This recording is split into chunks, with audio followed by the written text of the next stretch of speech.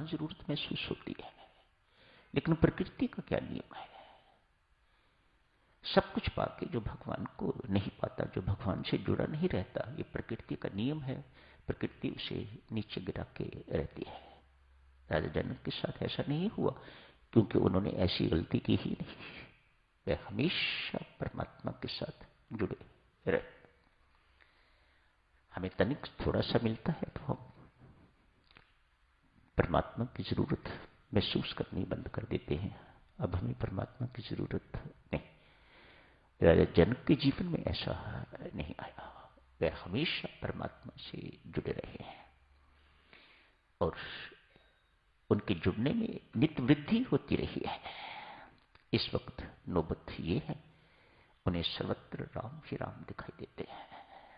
ये प्रगति के चिन्ह है, ये उन्नति के चिन्ह है, ये पराकाष्ठा के चिन्ह है। हमें संसार दिखाई देता है। एक अनजान आदमी खेत में चला जाता है तो उसे घास दिखाई देता है, लेकिन किसान जो समझदार है वह जाता है तो उसे घास दिखाई नहीं देता, उसे दिखाई देता है ये गेहूं के पौधे हैं। अज्ञानियों को जैसे हम हैं, हमें ये संसार दिखाई देता है। लेकिन जो ज्ञानी है, जो वीतराग है, जो राजऋषि है, जो मनुष्य है, जो आप पुरुष है, जो हर वक्त परमात्मा के साथ जुड़े हुए हैं, उन्हें संसार संसार नहीं दिखाई देता, उन्हें भगवान दिखाई देता है। यह संसार भगवान का साकार रूप है, परमात्मा का साकार रूप। दृष्टि बदल जाती है। भक्ति विस्मृत है। आपको एक दिन पहले भी अर्ज की थी। भक्ति ही एक ऐसी है जो बहुत कुछ परिवर्तित कर सकती है। ज्ञान में ये स्मृत नहीं। ज्ञान तो सिर्फ प्रकाशित करता है, जो असली चीज है वह दर्शा सकता है। उदाहरण दी थी, ये बोध कि ये रस्सी है या सांप, तो आप मामूली सा प्रकाश करते हैं तो ये जैसे पता लग जाता है कि ये रस्सी या सांप। ये ज्ञान का काम है, प्रकाशित करना। जो जिस वस्तुता है उसे भी दिखा देता है, लेकिन परिवर्तित नहीं कर सकता। परिवर्तन केवल भक्ति कर सकती है। आपका मन भक्ति बदल सकती है, आपकी बुद्धि भक्ति बदल सकती है, आपका जीवन भक्ति बदल सकती है, आपका स्वभाव भक्ति बदल सकती है। ये सब काम भक्ति। आप बंधे हुए हैं, आपको खोल सकती है, परिवर्तन ला सकती है आपके जीवन में, आपको जीवन मुक्त बना सकती है भक्ति। परिवर्तन करने का, बदलने का भक्ति में ही समर्थ है। राजा जनक के लिए मन में प्रश्न उठता है कि इतना कुछ होने के बावजूद भी आपने आत्मा को कैसे जीना। आज शब्द प्रयोग किए हैं स्वामी जी महाराज ने। आपने आत्मा का साक्षात्कार कैसे कर लिया, आपने आत्मा को कैसे जान लिया, आप निर्बंध कैसे हो गए, आप मोक्ष के अधिकारी कैसे बन गए। इतनी सुख सुविधाओं में रहते हुए भी सभी लोग ऐसा नहीं कर सकते। सामान्यता इन्हें विरोधी माना जाता है। सुख सुविधा बहुत विरोधी है आत्मिक उन्नति में। लेकिन राजा जनक ने यह सिद्ध कर दिया कि नहीं, ऐसा बिल्कुल नहीं है। विरोधी है तो सिर्फ मन विरोधी है और कोई। मन आपका सद गया, मन को आपने सिधा लिया तो फिर विरोध इस संसार में कोई उत्पन्न नहीं कर सकता आपके लिए। आपके सारे रास्ते खुले हैं। फिर राजा जनक ने आज बहुत सुंदर बातें समझाई हैं। मैंने कभी कुछ अपना माना ही नहीं। मैं तो परमात्मा की नौकरी करता हूं, मैं तो परमात्मा का नौकर हूं। ये जो कुछ भी दिखाई देता है, ये राजपाट इत्यादि इत्यादि, मेरा कुछ नहीं। मैं तो सिर्फ रहता हूं यहां पर, सब कुछ परमात्मा का समझ के, सब कुछ परमात्मा का दिया हुआ मान के।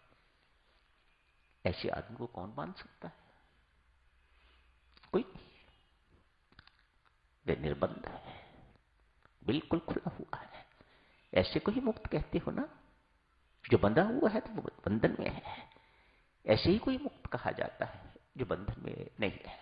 मानव संसार में रहना है, चिपकना किसी के साथ नहीं। जितने कर्तव्य दिए हैं परमात्मा ने, सब डट के निभाइएगा। नौकरी कर रहे हो, एक व्यक्ति कई कई नौकरियां भी करता है, थोड़ी देर के लिए वहां जाता है, थोड़ी देर के लिए वहां जाता है, थोड़ी देर के लिए वहां जाता है। यूं कहिएगा, उस परमात्मा देव ने हम गृहस्थियों को इसी प्रकार की अनेक नौकरियां दी हुई हैं। कहीं भाई बनाया हुआ है, कहीं पति बनाया हुआ है, कहीं पुत्र बनाया हुआ है, कहीं बैंक का नौकर बनाया हुआ है, कहीं कुछ कहीं कुछ कहीं कुछ। अनेक सारी नौकरियां दी हुई हैं भगवान श्री ने। और ऐसा ही मान के जो साधक करता है, परमात्मा की दी हुई नौकरी कर रहा हूं, उनका दिया हुआ काम कर रहा हूं परमात्मा की प्रसन्नता के लिए। मैं वास्तव में सेवा परमात्मा की कर रहा हूं। बेशक दिखाई ये दे रहा है कि मैं सेवा अपने परिवार की कर रहा हूं, लेकिन मैं परमात्मा की सेवा कर रहा हूं। जिसकी बुद्धि में ये बात स्पष्ट हो जाती है, वह यहां रहता हुआ जीवन मुक्त है, उसको कोई बंधन बांध नहीं सकेगा। जहां अपना मान लिया, वहां परमात्मा कहे न कहे देवियों सज्जनों, महाबेईमान की मोहर आप पर लग गई। मेरी चीज पर आप अपना अधिकार जमा रहे हो तो तनिक सोचो, आपकी नौकरानी की क्या मजाल है कि कोई चीज अपनी मान जाए आपके होते हुए? बिल्कुल नहीं। लेकिन धन्य है परमात्मा जिसका सब कुछ होता हुआ भी ये सहन करता है जब आप कहते हो मेरा घर, मेरा पुत्र, मेरा पति, मेरी पत्नी इत्यादि इत्यादि, मेरा मेरा मेरा मेरा, मैं करते हो। उसके हृदय पर क्या बीतती होगी। लेकिन चुप है।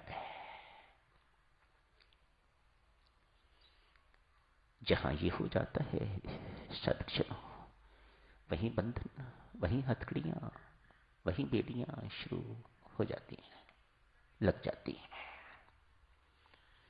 राजा जनक कहते हैं, मैंने कभी किसी चीज को अपना माना ही नहीं, मैं तो परमात्मा का नौकर, परमात्मा की नौकरी करता हूं। ये राजपाट मेरा नहीं है। आज स्वामी जी महाराज ने उनके लिए शब्द प्रयोग किया जो कि तापस आया है, वह तो कहानी बाद की। लेकिन आज उससे पहले ही स्वामी जी महाराज ने शब्द प्रयोग किया है, वीतराग।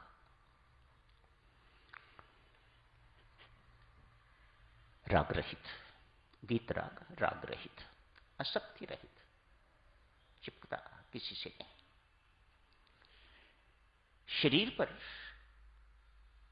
परमात्मा के प्रेम का तेल लगाया हुआ है, जो कोई चिपकता है फिसल जाता है। न वह स्वयं किसी के साथ चिपकता है, न अपने साथ किसी को चिपकाता है। ये भक्ति के चिन्ह है, ये भक्त के चिन्ह है। राजा जनक ऐसे ही है, वीतराग। इससे भी ऊपर की स्थिति कहा जाता है वीतराग द्वेष।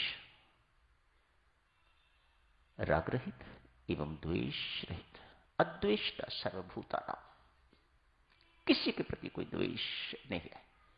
फिर द्वेष नहीं है तो राग भी नहीं है। ऐसे को वीतराग द्वेष कहा जाता है। देखा जाए तो राजा जनक वीतराग द्वेष है। कल तो नहीं भक्तों, परसों करेंगे चर्चा, वीतराग, जनक को वीतराग क्यों कहा जाता है। तो आज यही समाप्त करने की इजाजत है। धन्यवाद।